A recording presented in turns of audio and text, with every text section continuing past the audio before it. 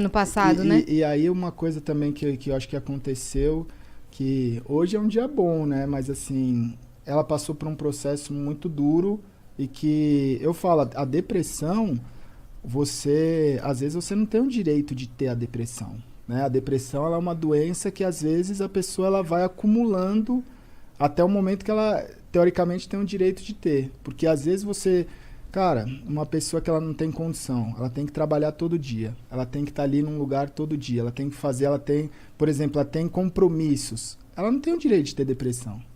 E ela vai acumulando. E ela foi acumulando durante muito tempo muita coisa. Quando a gente, né, teoricamente, ficou no nosso melhor momento, que agora a gente está numa casa nossa, agora a gente está com uma vida nossa, agora a gente está, né, caminhando para alguma coisa, estourou uma depressão nela severa. Eu tive uma crise histérica. Aí, ele falou assim, vamos no psicólogo segunda, terça. Isso era, tipo, na quinta-feira. Eu falei, vamos segunda, terça e tal. Aí eu falei, eu pensei na minha cabeça, é muito tempo, é muito tempo. Chegou sexta-feira, eu tive uma crise. Aí ele ligou pro psiquiatra e falou, eu preciso de um horário amanhã. Aí o psiquiatra foi, abriu a clínica pra gente. Aí ele conversou comigo, eu só chorava, só gritava. Eu me cortava muito. E eu já cheguei a cortar meu pescoço também. Já tentei várias formas de me matar e de suicídio. E minha cabeça era só isso, sabe? Só coisa ruim, só depressão, só nervosismo, ansiedade. Eu ficava pensando nas coisas. E as coisas caíam muito sobre minha cabeça, sabe? Eu tinha um peso, assim, que eu não conseguia carregar. Uhum. Então, eu não sabia lidar com isso. Então, a dor que eu sentia era imensa. E quando eu tive a crise, ele ficou sentado na cama, olhando assim pra mim, segurando a minha mão, porque ele não sabia o que fazer. Porque eu tava tendo uma crise tão histérica, que Tudo que ele podia fazer era não tinha o que ele fazer, sabe? Não tinha. ficar ali por você, né? E eu abraçava eles, tentava me acalmar, e assim, ia passando, sabe? E aí eu fui no psiquiatra, ele falou, depressão severa. Aí depois ele falou assim, transtorno de bipolaridade. Aí, transtorno de personalidade. Aí eu tenho, né, hoje, chama TOC, né, que é transtorno obsessivo compulsivo, que eu tenho. Tinha uma época que também falaram que era borderline, né? Eu tenho síndrome de borderline. Como é que é a síndrome de borderline? Borderline significa estar no meio da linha. Assim, você não tá pra cá nem pra lá, você tá no meio. E a qualquer momento você pode cair pra um lado ou pro outro. É como se você estivesse andando numa corda bamba o tempo todo. Exatamente isso. Exatamente isso que você falou. Então, assim, eu nunca sei quando eu vou estar bem ou quando eu vou estar mal. Então, tem dia que eu acordo, assim, chorando. Eu falo, não queria ter acordado. Eu não queria estar viva. Eu não queria estar aqui. E aí eu choro. Aí eu tenho que tomar os remédios. O que eu tomo mais, que me ajuda, assim, é o Rivotril, né? Que ele dá aquela acalmada, que ele dá uma segurada nas minhas crises. Mas, assim, as crises que eu tive são eu tive uma ontem, anteontem. Antes de ontem. A minha mãe nunca me viu tendo uma crise, ela começou a chorar. Muito pesada. É muito pesado. E aí é falta de ar. Do nada isso. Do nada. Você tá bem, você tá trabalhando, do nada E começa... você não sente uma motivação. Não é nada que, tipo assim, aconteceu isso e desencadeou. É do nada. Não, é do nada. Sobe um negócio assim em você. Tipo, aí você começa a pensar, puta, o que eu sou, né? Não sou nada. O que eu faço? Não faço nada. Eu não sou boa pra ninguém. Eu não Síndrome do ajudo ninguém. impostor. E aí você começa a se sabotar com a sua cabeça, né? Você se sabota. Então, porque o pensamento, ele é o que cria a gente, né? E são os meus pensamentos que E é me sempre... sabotam. O estrago é sempre de dentro pra fora, né? É sempre impressionante. de dentro pra fora. Eu sou a rainha das frases, né? Eu sempre trago alguma frase que eu li, porque eu decoro muito. Eu sou muito assim... Eu tenho várias frases salvas, sabe no Instagram, quando você vai salvando, assim? Sei. Me ajuda muito. Mas eu vi um outro dia que falava que que assim como os navios, o que afunda o navio não é a água que tá fora do navio, é a água que entra no navio. E assim como o que afunda a gente não são os problemas que estão à nossa volta, é o que a gente permite que entre.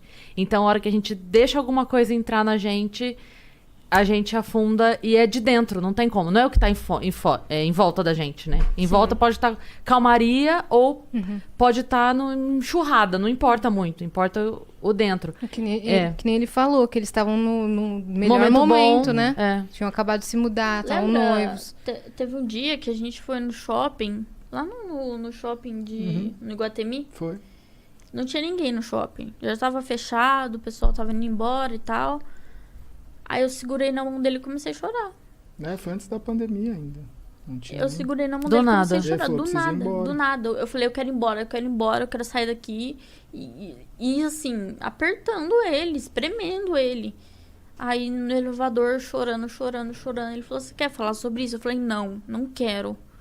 Sabe, eu não... Mano, quando me dá essas crises, eu só quero, tipo, ficar sozinha. Sabe, só quero deitar ali e ficar de boa, porque é muito pesado, sabe? Só quem passa por isso sabe.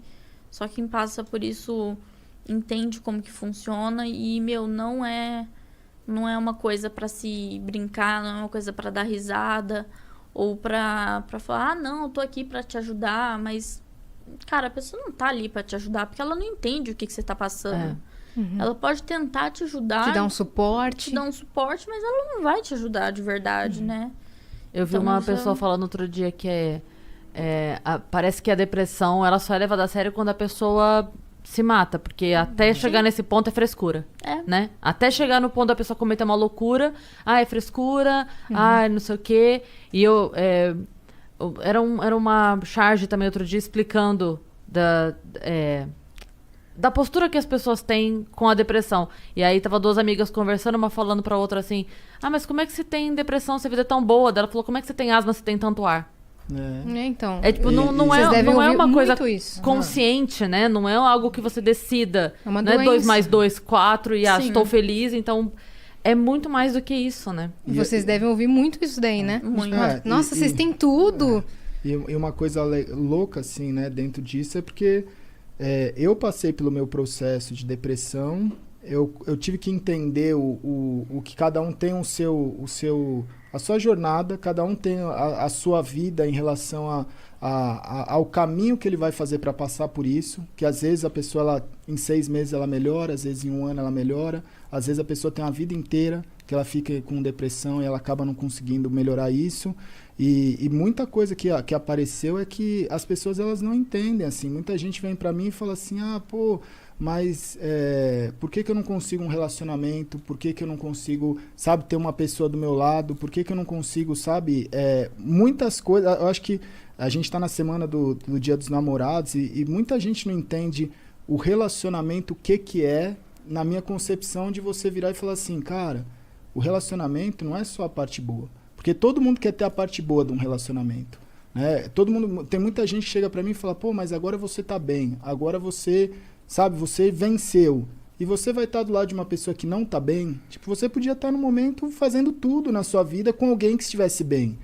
E aí eu falo assim, mas cara, a vida é isso. Se eu não tiver do lado de uma pessoa que não está bem agora, mesmo eu estando bem, por que alguém vai estar do meu lado quando eu não estiver bem? Eu já passei por isso. Então a construção vai ter um momento que os dois vão estar bem. Só que eu acho que tem toda a diferença do mundo.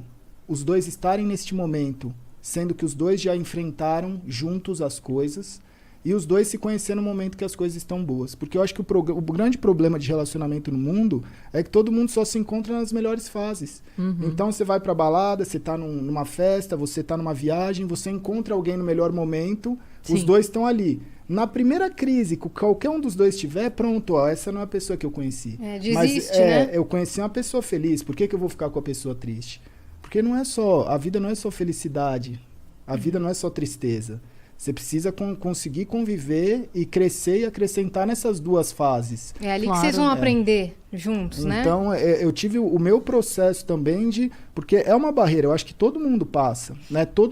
Existe a pessoa que está com depressão e existe a pessoa que está lidando com alguém que está com depressão. Eu acho que são dois caminhos e duas coisas que acontecem em paralelo e que muitas vezes ninguém percebe, né? A pessoa, ela olha a pessoa com depressão e fala, meu, isso aí é falta de fé, isso aí é falta de Deus, isso aí é vagabundice, isso aí é preguiça, sabe? As pessoas, elas olham e não entendem. E às vezes as pessoas olham essa pessoa que não está entendendo e falam assim, nossa, mas essa pessoa não tem empatia, porque como é que ela está lidando, né? Por que ela não cuida? E eu acho que esses dois momentos, a pessoa, ela precisa aceitar, né? Ela precisa aceitar, que eu digo assim, ela precisa estar disposta. E hoje eu sou muito grato de conseguir olhar e falar assim, cara, eu entendo que eu estou passando por isso, ela também está passando por isso, porque amanhã a gente